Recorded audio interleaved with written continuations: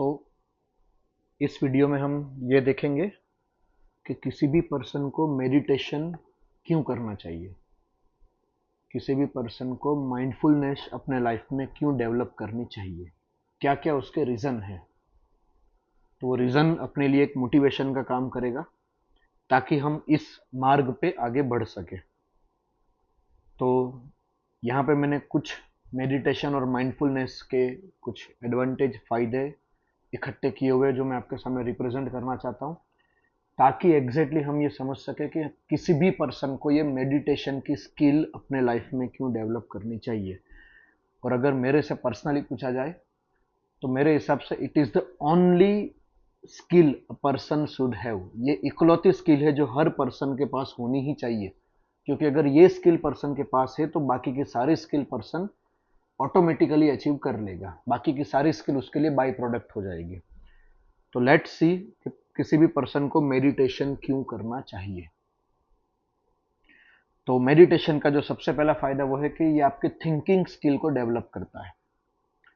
अब उसमें कौन सी थिंकिंग में कौन सी स्किल डेवलप होगी, तो बेटर मेमोरी, आपकी मेमोरी ये एनहांस करेगा। क्विकर रिएक्शन टाइम, आप बहुत अच्छे से रिएक्ट कर पाओगे और जल्दी से रिएक्ट कर पाओगे। Better mental stamina, enhance intuition, आपको पॉजिटिव इंट्यूशन आना स्टार्ट हो जाएंगे लाइफ में और आपके इंट्यूशन सही भी होंगे। क्विकर मेंटल प्रोसेस, आप किसी भी चीज़ को बहुत स्पीड में सोच सकते हो। मेंटली आप एनहांस ब्रेन फंक्शन, आपके मेंटल फंक्शन है वो एनहांस होंगे और बेटर होंगे। बेटर कंसंट्रेशन, जो पढ़ाई के लिए बहुत ज़रूरी है, आपका कंसंट्रेशन बेटर हो सकता है।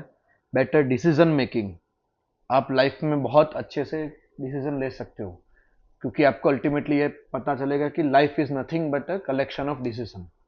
आपकी लाइफ, आपने जो जो डिसीजन लिए उसका ही एक कलेक्शन है।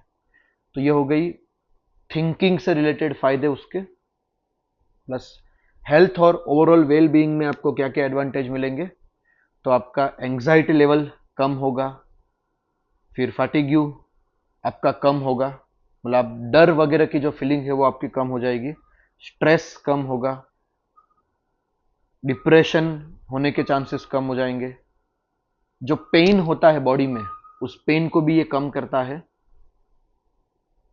बेटर कंट्रोल ओवर एडिक्शन और सेल्फ डिस्ट्रक्टिव बिहेवियर, आपकी कुछ ऐसी हैबिट होगी जो आपके लिए ही नुकसानकारक होगी, मेडिटेशन उस चीज़ को कम करता है। स्ट्रॉन्गर इम्यून सिस्टम, हेल्थ के भी बेनिफिट देता है ये। Improved heart and circulatory health, तो ओवरऑल ये हार्ट और ब्लड सर्कुलेशन को भी इम्प्रूव करता है। बेटर स्लीप, आपकी स्लीप की क्वालिटी को भी इम्प्रूव करता है ये सारे रिजल्ट साइंटिफिकली अप्रूव्ड रिजल्ट है, मैंने बस उनको कलेक्ट करके आपके सामने रिप्रेजेंट कर रहा हूँ। फिर जो मेडिटेशन का अल्टीमेट गोल है वो है हैप्पीनेस एंड फुलफिलमेंट। तो higher self esteem, more self confidence, increase enjoyment of leisure pursuit. जैसे आप फ्री हो, फ्री टाइम है आपके पास, तो फ्री टाइम को भी बहुत अच्छे से एंजॉय कर सकते हो। फ्री टाइम में आपको किसी भी तरीके से अपने आप को ऑक्यूपाई रखने की जरूरत नहीं है। बेटर रिलेशनशिप, आपकी एक दूसरे के साथ रिलेशनशिप बेटर होगी। मोर सेटिस्फेक्शन फ्रॉम वर्क, आप जो भी काम करते हो उसमें से आप ज़्यादा सेटिस्फेक्शन अचीव कर सकते हो।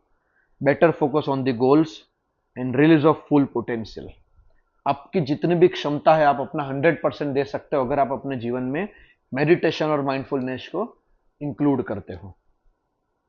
और दूसरी लाइफ स्किल और सेल्फ अवेयरनेस, तो बेटर सेल्फ नॉलेज, आप अपने आप को बहुत अच्छे से जान सकते हो, आप अपनी कमियां, अपनी स्ट्रेंथ, अपनी वीकनेस को बहुत बेटरली जान सकते हो। फ्रीडम फ्रॉम हैबिचुअल रिस्पॉन्सेस, किसी भी चीज़ को आपको रिस्पॉन्स करने की जो हैबिट है उससे आप फ्री हो के आप बहुत सोच समझ के किसी भी चीज़ को रिस्पॉन्ड कर सकते हो। बेटर मास्टरी ऑफ इमोशंस, आप अपने इमोशंस पे कंट्रोल कर सकते हो, उसके मास्टर बन सकते हो। बेटर कम्युनिकेशन, आप अपनी बात अच्छे से किसी के सामने रख सकते हो। मोर इफेक्टिव पब्लिक स्पीकिंग, क्योंकि आपका कॉन्फिडेंस बढ़ता है तो आप पब्लिकली बहुत अच्छे से कम्युनिकेट कर सकते हो। आप बहुत अच्छे से लिसनिंग स्किल डेवलप कर सकते हो। इंक्रीज एम्पैथी, आप किसी भी सामने वाले पर्सन की परिस्थिति को बहुत अच्छे से सोच सकते हो। बेटर सेल्फ रिलायंस, उसके साथ साथ मोर इमोशनल इंटेलिजेंट और इंक्रीज रेजिलियंस इन एडवर्सिटी। अगर आपके लाइफ में कुछ एडवर्स इफेक्ट होती है, अनएक्सपेक्टेड फिनोमेना होती है, तो आप उसमें अपने आप को बैलेंस रख सकते हो।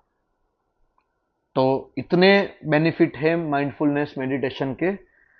अब इसके लिए आपको एग्जैक्टली करना क्या है, तो मैं यहाँ पे बहुत लंबी सीरीज ऑफ वीडियोस अपलोड करूंगा मेडिटेशन में क्या क्या करना क्या क्या नहीं करना। लेकिन अगर इन शॉर्ट बोला जाए तो mindful way of well being is a life changing. अगर आप इस लाइफस्टाइल को डेवलप करते हो तो आपकी लाइफ चेंज हो सकती है। उसके लिए हमें करना क्या है, you need to follow a routine of short mindfulness meditation. आपको डेली कुछ मिनट बस अपने लाइफ में एक छोटा सा मेडिटेशन सेशन डेली डेवलप करना है, उसको फॉलो करना है। और उसके साथ साथ एलोंग साइड सिर्फ गद्दी पे बैठ के मेडिटेशन करने से भी कुछ नहीं होगा। उसके साथ साथ you will need to become aware of any ingrained habit of the mind that has stop you from living the life of full. उसके साथ साथ आपको कुछ ऐसी अपनी हैबिट होगी जो आपको माइंडफुल होने से रोक रही है लाइफ में, आपको मेडिटेशन करने से रोक रही है, आपकी लाइफ को पेनफुल बना रही है। उस हैबिट को हमें स्टॉप करना होगा ताकि हम आगे जाके एक अच्छे इंसान, एक माइंडफुल वे से हम अच्छी तरीके से जी सके। तो थीच नाथ हान एक बहुत फेमस जैन मास्टर है। उसने कहा है mindfulness refers to keeping one's consciousness alive to the present reality. तो माइंडफुलनेस एग्जैक्टली क्या है, अगर उसकी वन लाइन में डेफिनेशन दिया जाए तो be a conscious alive to the present moment और it is a miracle by which we master and restore our self. तो माइंडफुलनेस खुद अपने आप में एक मिरेकल है। अगर हम माइंडफुलनेस की प्रैक्टिस को बहुत अच्छे से फॉलो करते हैं तो हम अपने आप को जीत सकते हैं, अपने आप को हम मास्टर कर सकते हैं। उसके लिए हमें माइंडफुलनेस को अपनी लाइफ में डेली रूटीन में हमें इसको इंक्लूड करना होगा। तो अगर मैं शॉर्ट में समराइज करूं तो माइंडफुलनेस क्या है, तो mindfulness is recognising the feeling without becoming caught up in them. आपके माइंड में, आपकी बॉडी में जो भी फीलिंग और इमोशंस आते हैं उसको आइडेंटिफाई करना, ना कि उसके अंदर उसके साथ उसमें ट्रैप हो जाना। जैसे आपके अंदर गुस्से की फीलिंग आती है या फिर डर की फीलिंग आती है तो उस फीलिंग को अपने आप से दूर रखना ताकि हम एक बैलेंस लाइफ को जी सके।